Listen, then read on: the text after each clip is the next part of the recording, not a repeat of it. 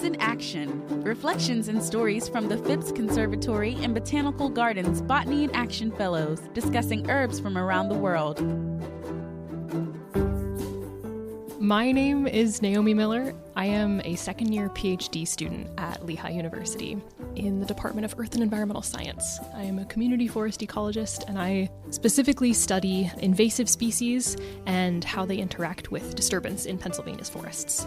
And the herb I want to talk about today is jack-in-the-pulpit, or Arisema triphyllum. There's a little debate about whether it's one species or 5 or 3, but the one that I spent my time with, we called Arisema triphyllum. Jack-in-the-pulpit is an understory species, so it really likes dark, shady woods, and it's not usually mad if the soil is a little bit moist too. So you might find it like down by a stream or in some nice shady woods underneath some other shrubs, somewhere that's nice and cool and dark. You are looking for what looks like 3 leaves. 3 leaves kind of in the shape of a clover, but they're pointed. It is just 3 leaves on one stalk, and they're kind of flat, so they've made sort of an umbrella. And if you look closely, you'll see that the veins don't reach the edge of the leaf. There's a little border, so that's like a really distinct characteristic. So you'll see the leaves in as early as maybe like April, and then during late May, early June, perhaps, you'll see the spathe. So it's not a flower in the typical sense, but next to the stalk with the leaves on it, it'll send up another stalk.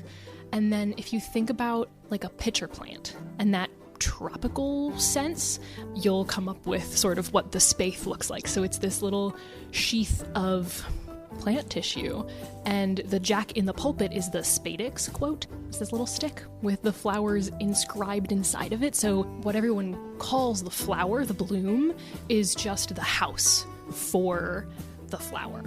In maybe July-ish, after those flowers get pollinated, you'll end up with these bright red berries, and you super do not want to eat them. They have some calcium oxalate crystals in them that will give you a very bad time.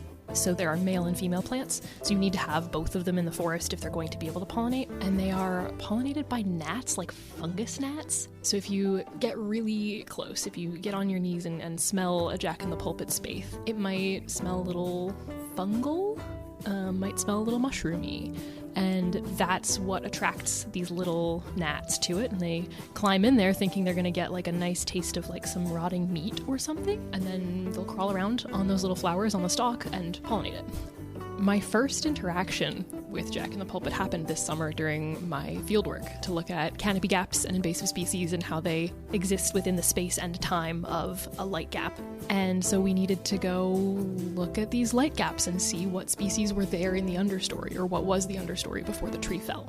And one of the natives we kept seeing was jack-in-the-pulpit. Everything that I didn't know, we had to identify, we had to figure it out. So it was Newcomb's Wildflower Guide. Thank you, Newcomb. It just became this like lovely recurring character that we would see. Sometimes the only native plant we would find in one of our 36 plots was jack-in-the-pulpit. It became a friendly face during a very difficult summer, a difficult and kind of disenchanting summer. We're seeing all of these invasive species all over the mountain, but then there's Jack in the corner under a bush. Ah, good. At least he's here. Herbs in Action is a collaboration between Phipps Conservatory and Botanical Gardens and the Saturday Light Brigade, and is made possible by the Mary Jane Berger Memorial Foundation, dedicated to educating the community about the many benefits and uses of herbs. To hear this feature again, or to learn more about herbs from around the world, visit mjbergerfoundation.org.